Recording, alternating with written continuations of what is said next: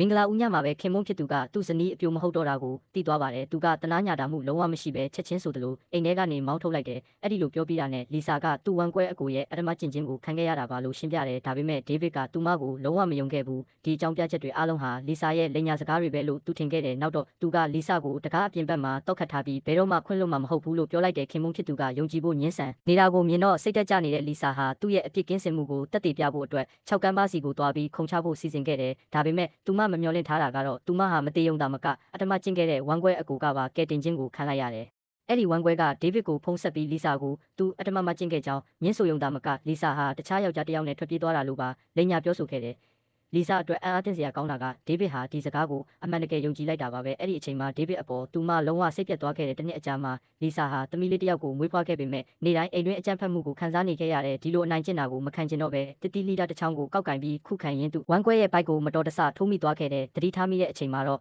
အရန်နောက်ကျနေခဲ့ပြီးထောင်ထဲမပို့ခင်မှာသူမလှုပ်ချင်တဲ့နောက်ဆုံးအရာတစ်ခုကတော့သူ့သမီးလေးကိုတွေးတာရင်ဖခင်ဖြစ်သူလက်ထက်အနံဖို့ပါပဲအဲ့ဒီအချိန်မှာဒေးဗစ်ကသူ့ရဲ့မင်္ဂလာပွဲကိုကျင်းပနေပြီးသူ့ရဲ့မင်္ဂလာဦးညအစ်ကိုပျော်ရွှင်စွာဆင်နွှဲနေတုန်းလီဆာရုတ်တရက်ရောက်လာခဲ့ပြီးဒီကလေးဟာသူ့ရဲ့ရင်သွေးဖြစ်ကြောင်းပြောပြလိုက်တယ်